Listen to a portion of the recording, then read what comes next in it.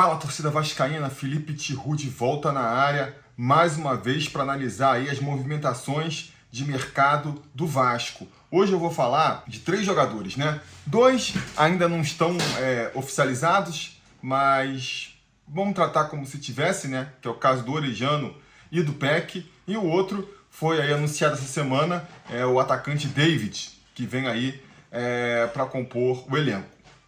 Vamos começar então falando das saídas. Eu, particularmente, de um tempo pra cá, deixei de comemorar saída de jogador. Sabe, essa coisa da torcida, de ficar torcendo pro jogador sair, de comemorar, falar que leva no aeroporto. Eu parei de ter essa postura porque eu acho que a gente fica torcendo pela saída do jogador e só pra descobrir depois que quem entra no lugar dele é pior, né? Porque é aquela coisa, pior do que um jogador ruim, só o reserva do jogador ruim. Ou mesmo que você fale, não, mas eu quero que o jogador saia para vir outro, porque aquela frase que a gente sempre escuta, né? Ninguém pode ser pior do que fulaninho. O torcedor sempre fala essa frase só para descobrir que sim, pode, e não só pode, como o Vasco trouxe esse jogador que consegue ser pior do que já era ruim. Então, repito, eu deixei de ficar torcendo. Eu ou fico indiferente à saída do jogador, que pra mim é o melhor, né? Ou lamento, né? O que é ser indiferente? Pra mim o ideal é quando o jogador sai, porque ele já perdeu espaço no time mesmo, né? Ele era ruim, mas aí você traz outro jogador melhor, ele vira o reserva desse jogador, depois vem um outro, sobe um garoto da base, ele vira a segunda opção da posição, entra pouco no jogo, entra em poucas partidas, e aí quando ele sai do clube, um torcedor mais desatento nem vai perceber que o jogador saiu. Essa pra mim seria a situação ideal, né? Que é o que aconteceu mais ou menos agora com o Figueiredo indo pro Curitiba, o Juninho, né? Foi emprestado, ficou um ano fora, ninguém sentiu falta, agora saiu pelo final do contrato. O Gabriel Dias, Alex Teixeira, são jogadores que saem e nem causa comoção nenhuma, nem para comemorar, nem de comemoração, nem de tristeza, porque, cara, já aparecia pouco no time, faz pouca diferença, né? E esse parece que vai ser o caso do Orejano também. O Orejano que pediu para ser negociado, falou que não quer mais jogar no Brasil, então não vai nem viajar para o Uruguai. É um jogador que, cara, teve uma passagem super apagada pelo Vasco, vai sair como um dos grandes erros dessa gestão Vasco-SAF. Pagamos uma bala pelo jogador, ele jogou em poucas partidas, foi fundamental em menos partidas ainda, e sai sem deixar saudade nenhuma, né? Pelo que jogou. Tem aquela galera que vai ficar lamentando o que ele poderia ter sido, tinha toda uma discussão se valia a pena negociar o Orejano, dar mais uma chance, muita gente defendia que ele é um jogador que ainda pode crescer, ainda podia fazer muito pelo Vasco, mas essa discussão também se perde a partir do momento que o próprio jogador bate o pé e insiste que não quer ficar, porque as notícias são de que ele veio para o Brasil, se apresentou, o Emiliano teve uma conversa com ele, falou que confiava no futebol dele, que queria, contavam com ele para essa temporada, e mesmo assim ele bateu o pé de que quer sair, e aí você vai fazer o quê, né? Nem para lamentar a escolha do Vasco, de que, o Vasco abriu mão do jogador, dá para lamentar, porque é uma decisão do jogador no final das contas, né? O pior que eu acho nessa história dele pedir para sair é que é nessa questão financeira mesmo. O Vasco investiu maior grana nele e agora fica ainda mais difícil de recuperar esse dinheiro. Porque a partir do momento em que o jogador manifesta o interesse de sair, não vai jogar, não está nem participando da pré-temporada, o poder de barganha do Vasco no mercado some, né? Cara, qualquer clube que vier negociar com o Vasco vai falar, cara, o jogador está parado, está encostado, não quer jogar, deixa eu pagar uma mixaria aqui e vocês liberam ele. E o Vasco tem que evitar isso, tem que tentar, no mínimo, recuperar a grana que investiu. Por conta disso, eu acho que a melhor solução para o caso Orejano agora é emprestar o jogador mesmo, sabe? Emprestar e deixar essa decisão de compra mais para frente. O que eu estou falando? Empresta para um clube, faz os mesmos esquemas que o Vasco faz, com um passe fixado. Então, vamos lá, a gente gastou 20 milhões no Orejano, a gente quer no mínimo recuperar, então bota o passe fixado em 20 milhões. Empresta para o clube, se ele for bem lá, no final do ano eles quiserem manter o jogador, tem que pagar os 20 milhões, né? Não quiseram, não jogou, ou jogou, mas não o suficiente para pagar 20 milhões, volta, Eu acho que ele ainda tem mais um tempo de contrato, empresta de novo. Tenta fazer um novo empréstimo nos moldes que o Vasco está fazendo agora com o David, né? Ó, vou te emprestar, você vai aqui levar por um precinho michuruca, mas se ele atingir uma meta aí que a gente vai estipular, você tem a obrigação de compra por esse valor X, né? São aí as maneiras que o Vasco pode ter para se proteger, para tentar, no mínimo, recuperar esse jogador que até agora é o maior fracasso aí da Vasco SAF em termos de investimento dentro de campo, pelo menos, né?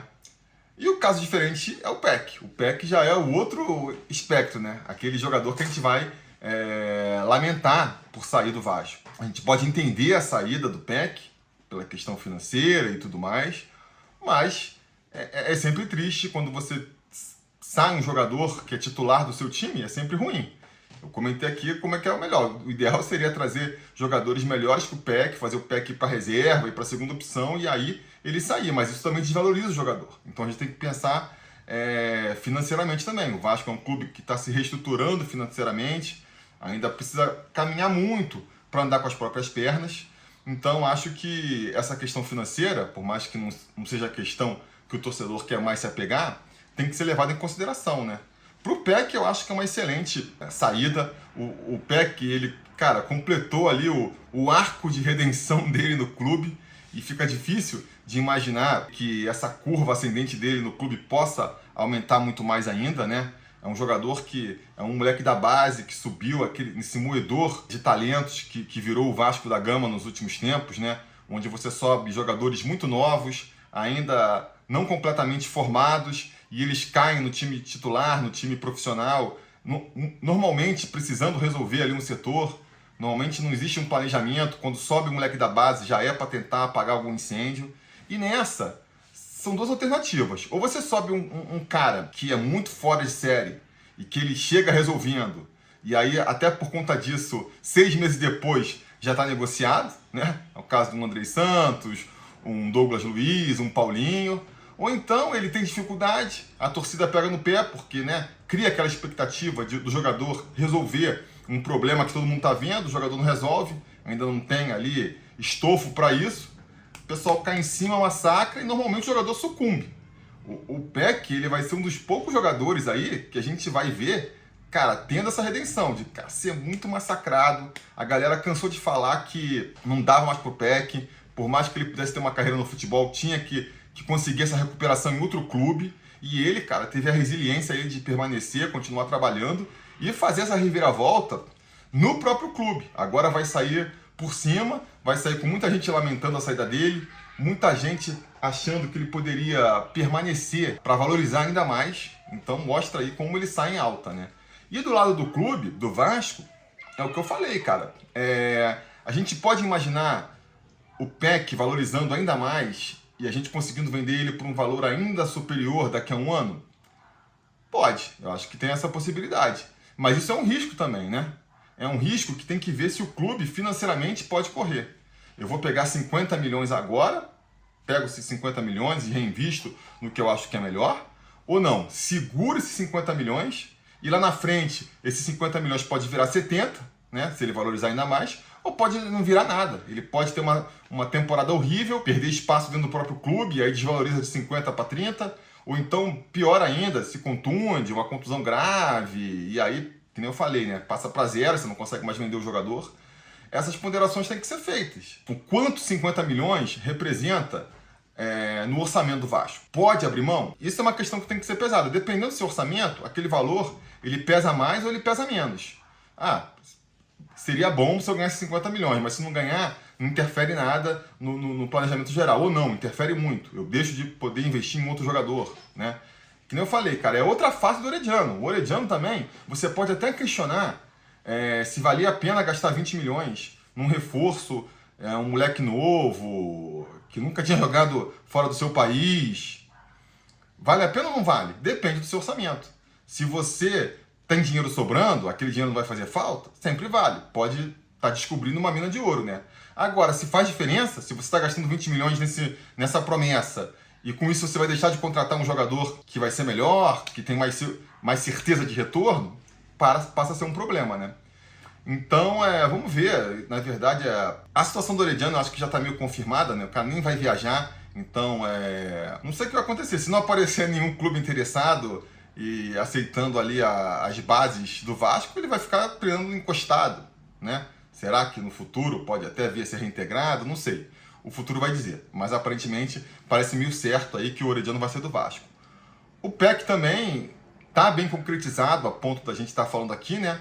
Mas foi uma conversa que esfriou nos últimos dias aí, né? Veio, vai ter, vai acontecer, o PEC gostou, o Vasco gostou, esfriou, não sei se vai permanecer. Tem uma questão também do jogador ficando, que é aquilo que eu falei, né? Não só tem essa questão de que a torcida já tem uma pinimba com ele, grande parte da torcida, tem que ver se ele de repente começa mal a temporada. Qual vai ser a reação da torcida? Vai ter paciência, levando em consideração a última temporada? Ou vai voltar as memórias das temporadas anteriores? Vai falar, tá vendo? Foi ali uma temporada fora do padrão, ele voltou a ser aquele PEC de sempre, e aí desgasta o jogador. E aí vai ter um fator a mais para aumentar aí a crise, né? Que é o fato de que, cara, pelas informações, o Galaxy ofereceu um salário 2,5 vezes maior. Então, se ele ficar, no mínimo se espera que o Vasco dê um aumento considerável para ele, né? No mínimo dobre o salário dele. Então, ele vai começar a virar um jogador caro para o elenco, que tem que dar retorno, precisa corresponder ao valor que vai ser investido nele e tem que ver se isso vai conseguir. Então, por conta disso, por conta do momento financeiro do Vasco, eu acho que a gente tem que abrir mão do jogador mesmo sabendo que de repente está abrindo mão de eventualmente até ganhar mais dinheiro no futuro e ter um retorno técnico melhor nessa temporada, mas pela situação do Vasco, a gente espera que daqui a uns anos isso não seja mais necessário, mas pelo momento é o que tem que fazer. E aí fica com um grande desafio, mais um desafio pro Alexandre Matos, que é achar um substituto pro PEC, né?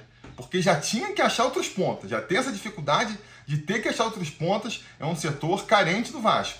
E ainda por cima, além desses outros que teriam que vir mesmo se o PEC ficasse, ou mesmo se o PEC ficar, ainda tem que achar mais um substituto, ou seja, um ponta com nível de titular para chegar para o Vasco, que é uma missão mais complicada do que parece.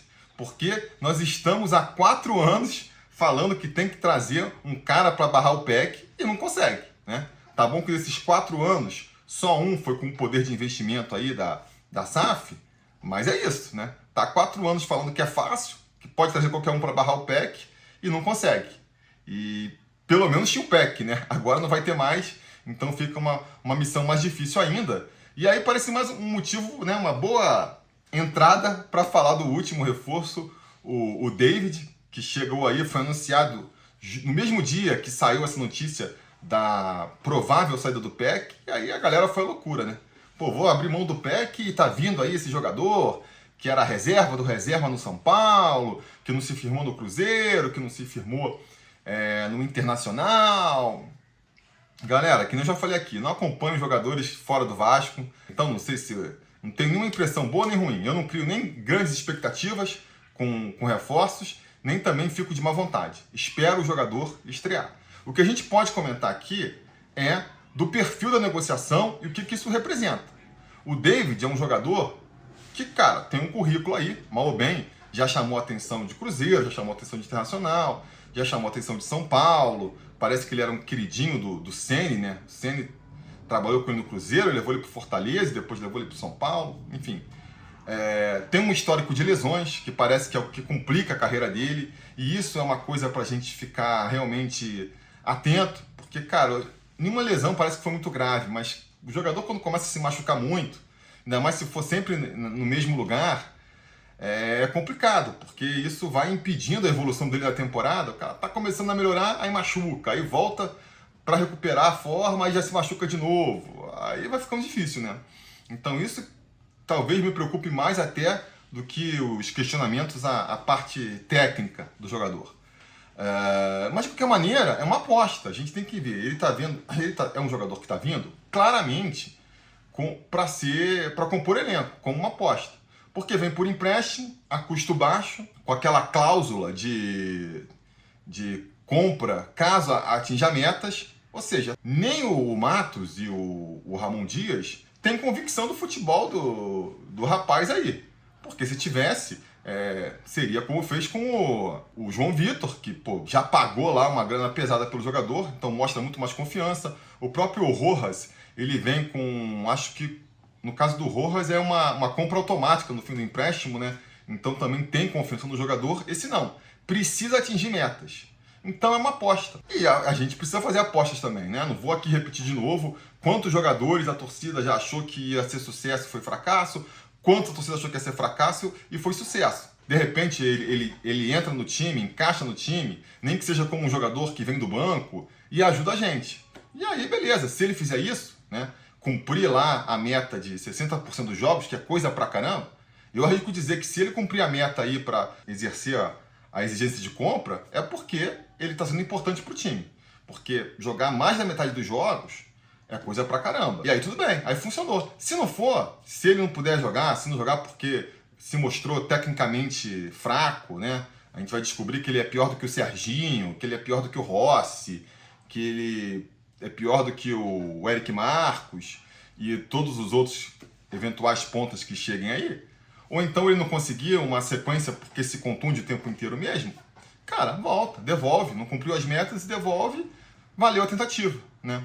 E mesmo a questão do salário, outra coisa também, não sei se eu falo nesse vídeo já aqui, mas tem essa questão do salário. Ah, que ele é caro, que ele custa 400 mil. Não, porque estão reclamando da contratação do João Vitor também, porque pagou 6 milhões de euros no jogador que ainda não tem certeza, não é um jogador consagrado.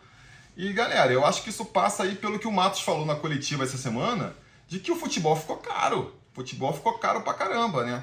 A gente não tem muito os números, acho engraçado isso também, porque isso é uma coisa que eu queria que mudasse no futebol brasileiro. A gente tivesse mais, assim, com mais transparência, quanto ganha cada jogador, que não existe, né? Estão falando aí que ele vai ganhar 400 mil, mas a gente nem sabe se é verdade, porque não existe uma comunicação oficial falando sobre isso, sobre nenhum jogador. A gente não sabe quanto ganham os jogadores do Vasco. 400 mil representa quanto na folha salarial do Vasco? 400 mil é quanto ganha o Rossi? Rossi ganha mais ou ganha menos? Né? Para ficar nos atacantes aí. O Orediano ganhava mais ou ganhava menos? O Peck ganha mais ou ganha menos? O Serginho ganha mais ou ganha menos? Eu não sei, eu não faço a menor ideia. Né? E você pode dizer aí quanto que eles ganham, mas é tudo chute também. Porque, repito, não existe uma informação oficial. A gente pode ter uma ideia disso quando sai o balanço dos clubes em abril, né? Mas mesmo assim eu acho que não sai.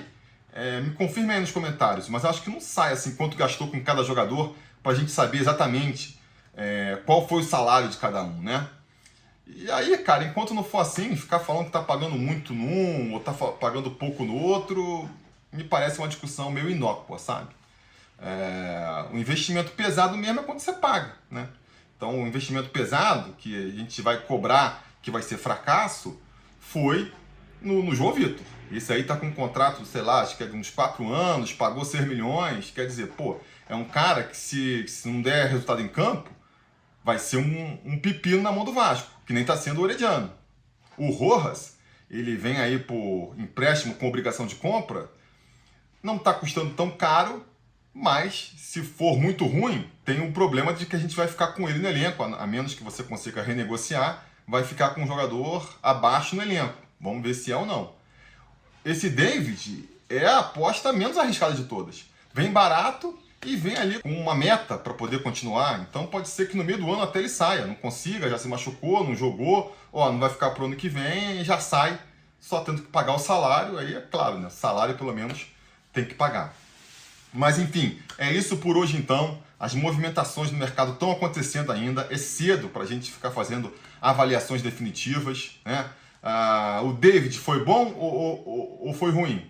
Sem nem entrar no mérito ainda do que ele vai apresentar em campo, que isso a gente vai ver, depende, né? Se ele vier para ser uma opção no banco, que nem eu acredito que seja, para cobrir aí as saídas do Figueiredo, do próprio Orediano, do Alex Teixeira, do Ferreira, né? O Sebastião Ferreira, acho que faz sentido, né? Se ele vier para ser o titular, para ser o substituto do Peck, ou o cara que era para jogar do lado do Peck na outra ponta, aí já parece curto, né?